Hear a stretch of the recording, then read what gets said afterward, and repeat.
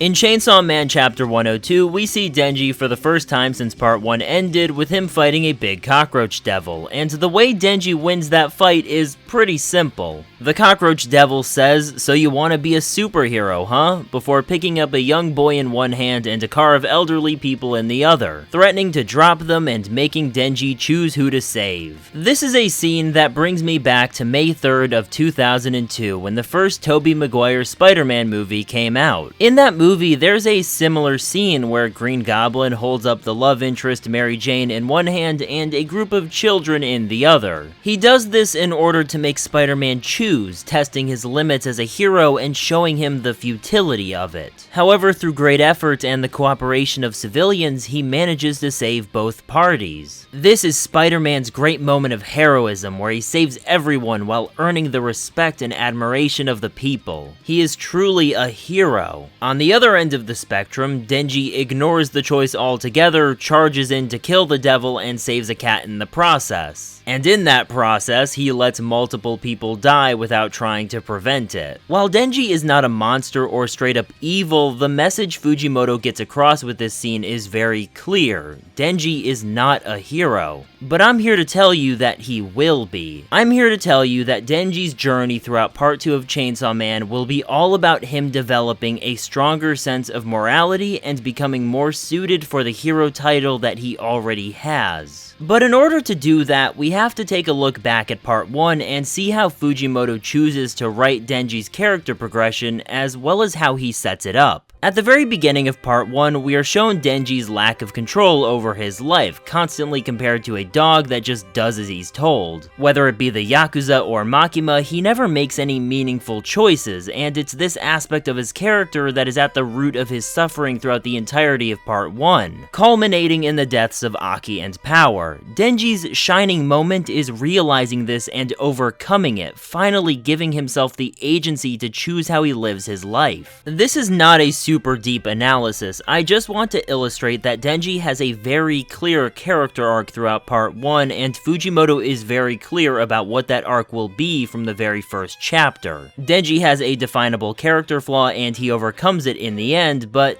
Denji's also not perfect by the end of Part 1. In Chapter 103, a lot of fans were surprised at Denji's behavior to some degree. He wants to be a hero so he can get some girls. Everyone pretty much agreed this answer suits Denji perfectly, but a lot of people weren't expecting it. I just want to remind y'all, the reason he killed Makima was so he could continue being Chainsaw Man, enjoy the fame, and, in his own words, have tons of sex. Fujimoto's handled Denji's arc in a very twisted way, because the moment Denji overcomes his core character conflict, he presents it through the lens of a different character conflict that has always been there. Denji may be free to make his own choices, but now comes dealing with what those choices are. This brings us to Asa Mikata. Asa is a screw-up. She's practically Kobeni 2.0 with how much it seems Fujimoto likes to mess with her. In her own words, she always trips and falls at the most critical moment. The sentiment basically being that no matter what she's trying to do, she's gonna fuck it up and the result isn't gonna be good for anyone involved unless you're a cat. And she decides she doesn't care because she wants to live in a way where her heart is always in the right place. Results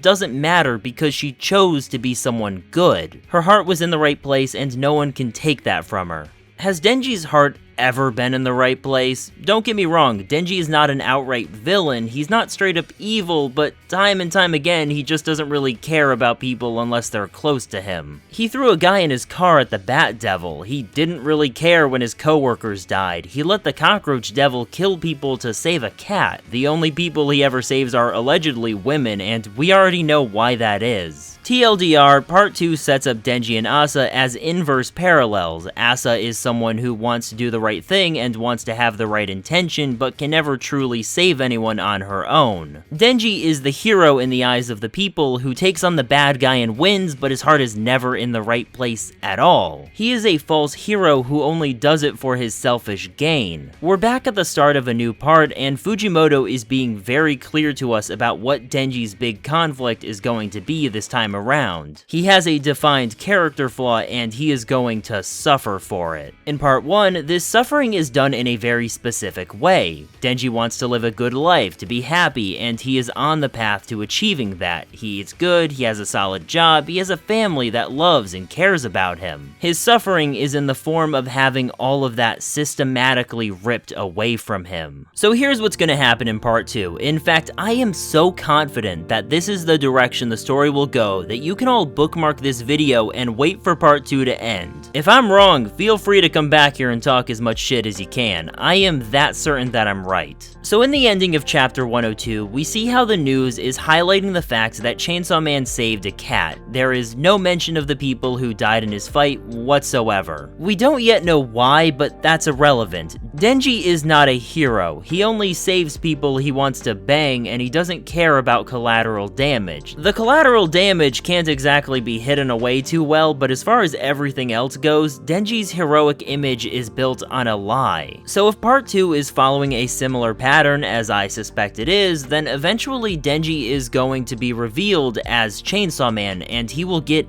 everything he wants from this. The girls, the fame, all of it, and that's exactly why he's gonna suffer for it. Once the truth about the kind of person he is comes out, the heroic image will be ripped away and everyone will know who Chainsaw Man is. And that's exactly why Denji will eventually reach a point where his approach to things doesn't work in the long run. He'll realize that he needs to start putting his heart in the right place. And that's why part 2 of Chainsaw Man will be the story of how Denji becomes a hero.